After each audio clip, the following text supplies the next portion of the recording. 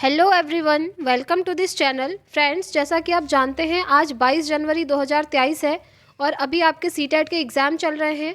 आज की शिफ्ट में आपका एग्ज़ाम नहीं है, बट आज इस वीडियो में मैंने जो क्वेश्चंस लिए हैं ये पिछली शिफ्ट में सारे आ चुके हैं। ठीक है, तो आने वाली शिफ्ट में जिन भी स्टूडेंट्स का एग्ज़ाम है उनके लिए ये वीडियो काफ़ी हेल्पफुल रहेगी।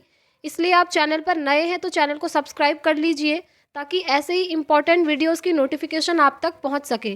तो चलिए स्टार्ट करते हैं। आज का पहला क्वेश्चन है, वह विचारात्मक प्रक्रिया जिसमें नूतन, वास्तविक तथा उपयोगी अवधारणाओं का प्रस्तुतिकरण निहित हो कही जाती है। ऑप्शन ए है रचनात्मकता, बी है अभिनव, सी है बुद्धिमत्ता, डी है नवविचार। तो फ्रेंड्स, इसका राइट आंसर होगा ऑप्शन ए रचनात्मकता यानी कि क्रिएटिविटी। ठीक है, चलिए नेक्स्ट क्वेश्चन देखेंगे। माता पिता के वंशजों में स्थानांतरित होने वाले लक्षणों को कहा जाता है। ये क्वेश्चन तो बहुत इजी है फ्रेंड्स, ये तो आप आराम से कर जाएंगे क्योंकि ये चीज़ें आप बचपन से पढ़ते हुए आ रहे हैं। माता पिता से वंशजों में स्थानांतरित होने वाले लक्षण आनुवंशिकता कहलाते हैं, हेरिडिटी कहलाते हैं। ठीक है, किसी भी नाम से आ सकता है या फिर वंशानुक्रम लिख करके आ सकता है, वो भी सही होगा। फ्रेंड्स, इससे रिलेटेड एक क्वेश्चन और बन जाता है कि आपका जो डेवलपमेंट है वो हेरिडिटी इनटू एनवायरनमेंट का गुणनफल होता है, ये आप ध्यान रखेंगे। और ये कहा था वुडवर्थ ने। ठीक है, हिंदी में बोलेंगे कि जो विकास है वो हेरिडिटी यानी कि आनुवंशिकता और पर्यावरण का गुणनफल है। ठीक फ्रेंड्स, हो सकता है कि आपको ऑप्शन ऐसे दे दे कि इन दोनों का योग है, तो आप उसको योग नहीं कहेंगे। ठीक है, वो जो है गुणनफल होता है। हमेशा मल्टीप्लाई का साइन जहाँ पर होगा वो ऑप्शन राइट होगा। ठीक है, चलिए नेक्स्ट क्वेश्चन देखेंगे। बुद्धि का कौन सा सिद्धांत सामान्य बुद्धि जी और विशिष्ट बुद्धि एस की उपस्थिति का समर्थन करता है? सबसे पहले मैं आपको इसका आंसर बता देती हूँ, फिर थोड़ा सा एक्सप्लेनेशन बता दूंगी। बट आज इस वीडियो में हम ज़्यादा थियोरी नहीं पढ़ेंगे फ्रेंड्स, क्योंकि थियोरी मैंने आपको ऑलरेडी करवा दी है। हम मेनली आज फोकस करने वाले हैं ओनली क्वेश्चंस पर। ठीक है, तो इसका राइट आंसर है ऑप्शन सी, स्पीयरमैन का द्विखंड सिद्धांत। देखिए फ्रेंड्स, ये जो स्पीयरमैन है ना, इन्होंने बुद्धि का द्वितत्व सिद्धांत दिया था, जिसे द्विखंड सिद्धांत भी कह देते हैं, और इंग्लिश में बोलते हैं बाई फैक्टर थियोरी। तो इन्होंने बोला था जो बुद्धि होती है वो दो तत्वों से मिलकर बनी होती है। एक को बोला इन्होंने सामान्य बुद्धि और एक को बोला विशिष्ट बुद्धि। ठीक है, सामान्य बुद्धि यानी कि जनरल और विशिष्ट यानी कि स्पेसिफिक इंटेलिजेंस। ठीक हो गया, चलिए आगे बढ़ते हैं। नेक्स्ट क्वेश्चन देखेंगे। प्रतिबिंब, अवधारणा, प्रतीक एवं संकेत, भाषा, शारीरिक क्रिया और मानसिक क्रिया अंतर्निहित है। किस चीज़ में अंतर्निहित है? अनुकूलन में, प्रेरक पेशी विकास में, समस्या समाधान में या विचारात्मक प्रक्रिया में? तो फ्रेंड्स, राइट आंसर होगा ऑप्शन डी, विचारात्मक प्रक्रिया में। ठीक है, चलिए नेक्स्ट क्वेश्चन देखेंगे। नेक्स्ट है, वह प्रक्रिया जिसके द्वारा माता पिता यह अनुमान लगाते हैं कि उनके बच्चे में सभी सकारात्मक गुण हैं क्योंकि एक गुण सकारात्मक है, तो वह क्या कहलाता है? तो फ्रेंड्स, इसका राइट आंसर होगा परिवेश का प्रभाव। ठीक है, एनवायरनमेंट का इफेक्ट कहलाता है ये। चलिए नेक्स्ट क्वेश्चन देखेंगे। रमेश और अंकित की समान बुद्धि लब्धि 120 है, यानी कि आईक्यू लेवल 120 है। रमेश अंकित से 2 वर्ष छोटा है। यदि अंकित की आयु 12 वर्ष है तो रमेश की मानसिक आयु क्या होगी? तो फ्रेंड्स, इसका राइट आंसर हो जाएगा 12 वर्ष। ठीक है, अब इससे रिलेटेड मैं आपको एक चीज़ बता दूं। आईक्यू का जो फॉर्मूला है ना, वो होता है mental as upon chronological age into 100, जिसे हिंदी में बोलते हैं मानसिक आयु बट्टे वास्तविक आयु गुणा 100। ठीक है, ये आप ध्यान रखेंगे, ये इसका फॉर्मूला होता है। और फ्रेंड्स, आईक्यू से रिलेटेड और भी बहुत सारे पॉइंट्स हैं, लगभग 8 या 9 पॉइंट हैं। वो मैंने टेलीग्राम पे पीडीएफ बनाकर आपके साथ शेयर की थी, जिसमें ये था कि बुद्धि का पहला कॉन्सेप्ट किसने दिया, बुद्धि का फॉर्मूला किसने दिया, सबसे पहले आईक्यू की बात किसने करी है, सबसे पहले बुद्धि के बारे में कौन बताते हैं। तो ये सारी चीज़ें हम आज की वीडियो में डिस्कस नहीं करेंगे क्योंकि मैं पहले पढ़ा भी चुकी हूँ और साथ में टेलीग्राम पर पीडीएफ भी शेयर किया हुआ है। ठीक है फ्रेंड्स, अगर आपने अभी तक टेलीग्राम ग्रुप ज्वाइन नहीं किया है तो ज्वाइन कर लीजिए, क्योंकि वहाँ पर मेरे पास जितने भी नोट्स रहते हैं मैं आपके साथ शेयर करती हूँ। तो चलिए नेक्स्ट क्वेश्चन देखते हैं आज का। निम्नलिखित में से कौन सा असतत चरण का उदाहरण नहीं है? ऑप्शन ए है आयु, बी है लिंग, सी है वैवाहिक एंड डी है आवासीय स्थान। तो राइट आंसर हो जाएगा ऑप्शन ए, आयु। ठीक है, चलिए नेक्स्ट क्वेश्चन। छात्र की प्रयोगात्मक दक्षता के आकलन का यथोचित रूप है? साक्षात्कार है, अवलोकन है, प्रश्नावली है या फिर लिखित परीक्षा है? तो फ्रेंड्स ये होता है अवलोकन, जिसको बोलते हैं ऑब्जर्वेशन। ठीक, चलिए नेक्स्ट क्वेश्चन। किसी बालक के मानसिक रूप से अस्वस्थ होने का कारण बताइए। पहला ऑप्शन है परिवार का वातावरण, हो सकता है ये।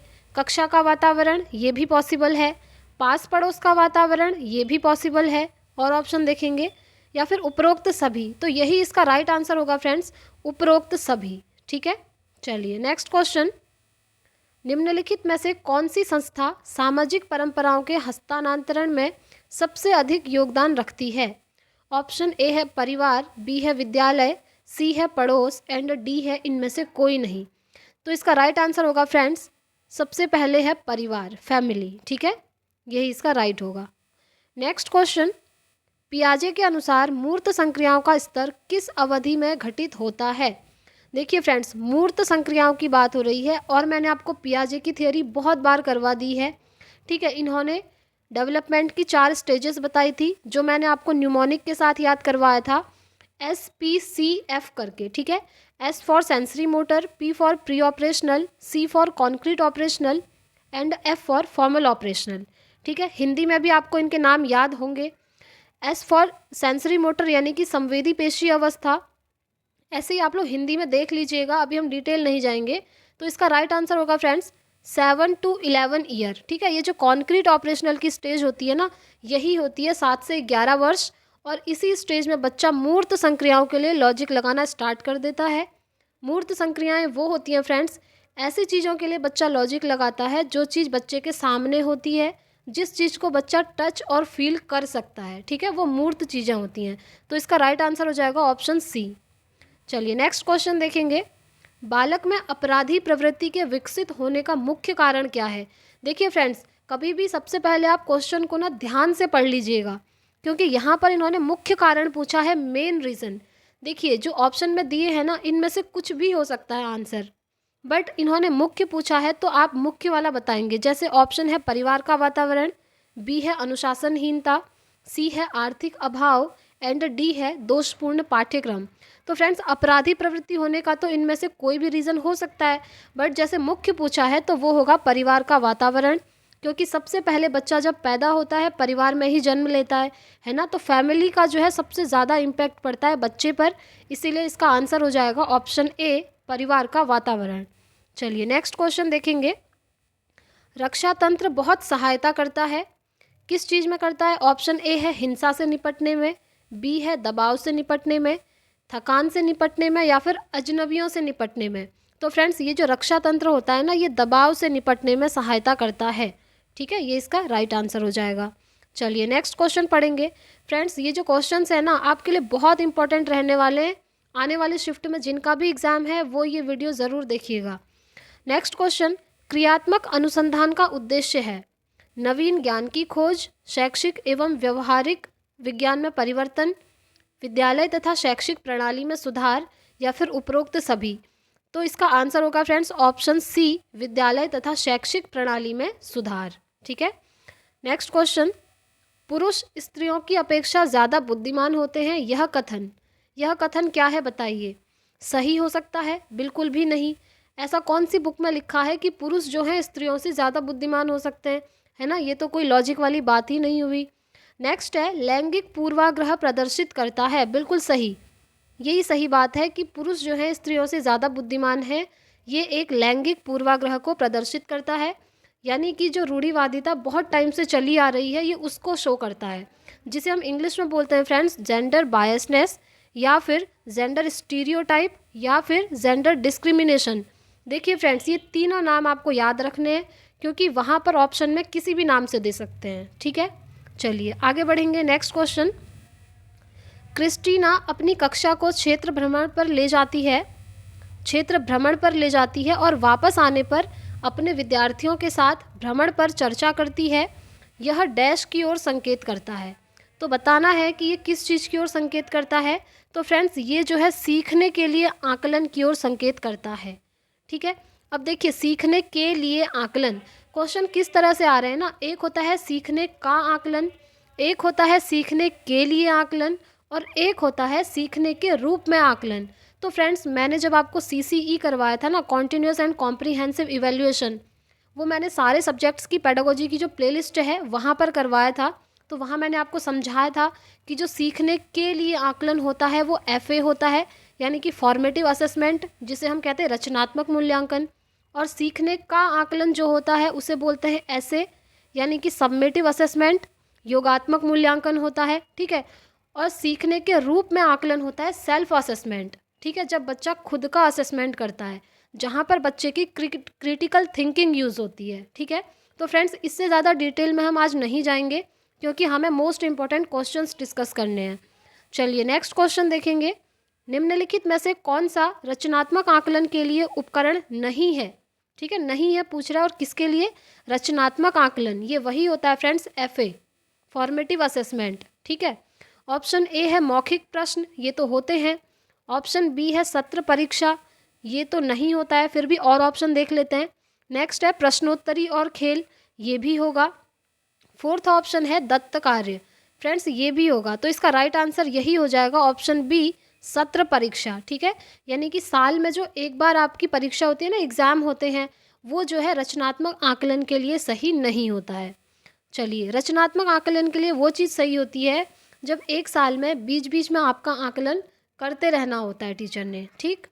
नेक्स्ट क्वेश्चन देखेंगे। सबसे अधिक गहन और जटिल सामाजिकरण कब होता है? किशोरावस्था की अवस्था में, पूर्व बाल्यावस्था में, प्रौढ़ावस्था में, या व्यक्ति के पूरे जीवन में?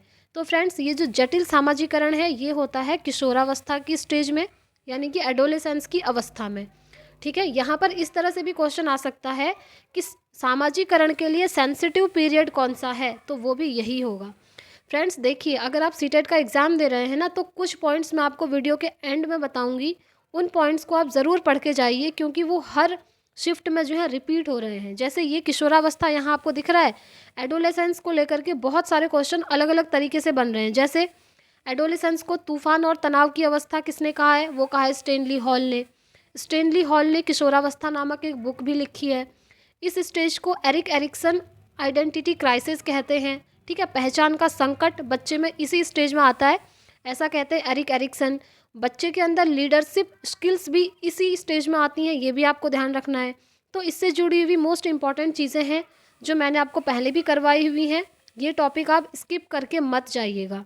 नेक्स्ट क्वेश्चन, आनुवंशिकता को डैश सामाजिक संरचना माना जाता है?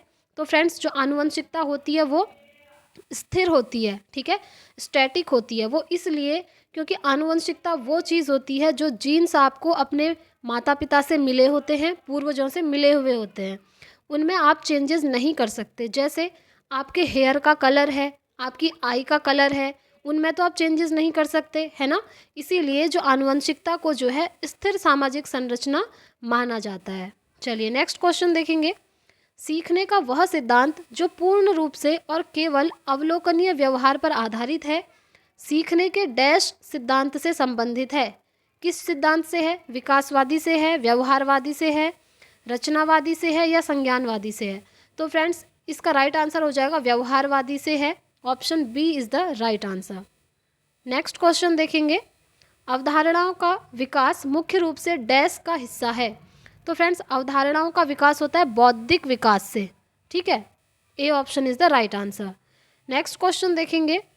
व्यक्तिगत विद्यार्थी एक दूसरे से डैश में भिन्न होते हैं? ये क्वेश्चन भी मैं आपको बहुत बार करवा चुकी हूँ फ्रेंड्स। ये जो विकास है ना, डेवलपमेंट वाला चैप्टर आप छोड़कर मत जाइएगा। पहले मैं आपको इसका आंसर बता देती हूँ। इसका राइट आंसर होगा विकास की दर, ठीक है। व्यक्तिगत विद्यार्थी जो है एक दूसरे से विकास की दर में भिन्न होते हैं, यानी कि डेवलपमेंट के रेट में भिन्न होते हैं। बट विकास का जो क्रम है वो से एक जैसा होता है हर किसी में। इसका मतलब ये है कि जो विकास का क्रम होता है ना, सबसे पहले हर बच्चा घुटनों के बल चलना सीखता है, उसके बाद ही वो खड़ा होना सीखता है, ठीक है। बट जो विकास की दर है, इससे ये मतलब है कि हर बच्चा जो है, ऐसा तो है नहीं कि एक ही एज में चलना सीख लेगा। कोई जल्दी चलना सीख लेता है, कोई चलने में बहुत ज़्यादा टाइम लेता है ना। तो यही होता है विकास की दर। इसीलिए कहते हैं विकास की दर जो है अलग अलग होती है, बट विकास का जो क्रम है, जो सीक्वेंस है, वो एक जैसा होगा, ठीक है। अब फ्रेंड्स 2 क्वेश्चन और आते हैं, इससे आ रहे हैं, बल्कि मैंने एनालाइज किया हुआ है इसीलिए आपको बता रही हूँ। एक होता है विकास जो है आपका सिर से पैर की ओर होता है, उसको हम बोलते हैं सिफेलोकॉर्डल, ठीक है। हेड टू टो डेवलपमेंट जो जाता है वो सिफेलोकॉर्डल है। और एक विकास होता है सेंटर से परिधि की ओर, यानी कि केंद्र से बाहर की ओर, इसको हम बोलते हैं प्रॉक्सिमोडिस्टल। तो फ्रेंड्स ये दोनों आप ध्यान रखिएगा, ये है सेफेलोकॉर्डल एंड ये है प्रॉक्सिमोडिस्टल, ठीक है। चलिए नेक्स्ट क्वेश्चन देखेंगे। मानव विकास कुछ विशेष सिद्धांतों पर आधारित है, निम्नलिखित में से कौन सा मानव विकास का सिद्धांत नहीं है? अनुक्रमिकता, ये तो सिद्धांत होता है। नेक्स्ट, सामान्य से विशिष्ट, ये भी होता है, जो आपका डेवलपमेंट है वो जनरल टू स्पेसिफिक जाता है ना। प्रतिवर्ती, प्रतिवर्ती जैसी कोई चीज़ नहीं होती है फ्रेंड्स, प्रतिवर्ती विकास नहीं होता है। निरंतरता, निरंतरता तो होता है, तो option C is the right answer, प्रतिवर्ती, ठीक है, ये नहीं होता है। चलिए नेक्स्ट क्वेश्चन है, पियाजे के अनुसार संज्ञानात्मक बाल विकास की कितनी अवस्थाएं हैं? तो फ्रेंड्स ये होती हैं 4 अवस्थाएं, जो मैंने आपको बताई भी हैं, SPCF ऊपर भी मैंने आपको बता दिया है, ठीक है। तो इसकी बात करी थी पियाजे ने। इससे रिलेटेड एक चीज़ और आप याद रखेंगे, स्कीमा। पियाजे ने स्कीमा की बात भी करी है, ये भी पूछा जा चुका है आपसे कि स्कीमा के बारे में कौन से मनोवैज्ञानिक बात करते हैं? वो करते हैं फ्रेंड्स जीन पियाजे, ठीक है। चलिए आगे बढ़ेंगे। नेक्स्ट क्वेश्चन, शिक्षा मनुष्य में अंतर्निहित क्षमता का परिपूर्णता में विकास करते हैं, यह कथन किसका है? स्वामी विवेकानंद का, स्किनर का, पेस्ट्रोलॉजी का, या फिर रविंद्रनाथ टैगोर का? तो राइट आंसर होगा फ्रेंड्स ऑप्शन ए, ये कथन है स्वामी विवेकानंद का, ठीक है। चलिए आगे बढ़ेंगे। नेक्स्ट क्वेश्चन, विग व हट के अनुसार डैश की विशेषताओं को सर्वोत्तम रूप से व्यक्त करने वाला एक शब्द है परिवर्तन। परिवर्तन शारीरिक, सामाजिक और मनोवैज्ञानिक होता है। तो फ्रेंड्स आप बताना है आपको कि शैशवावस्था होगा, बाल्यावस्था होगा, किशोरावस्था होगा या प्रौढ़ावस्था होगा।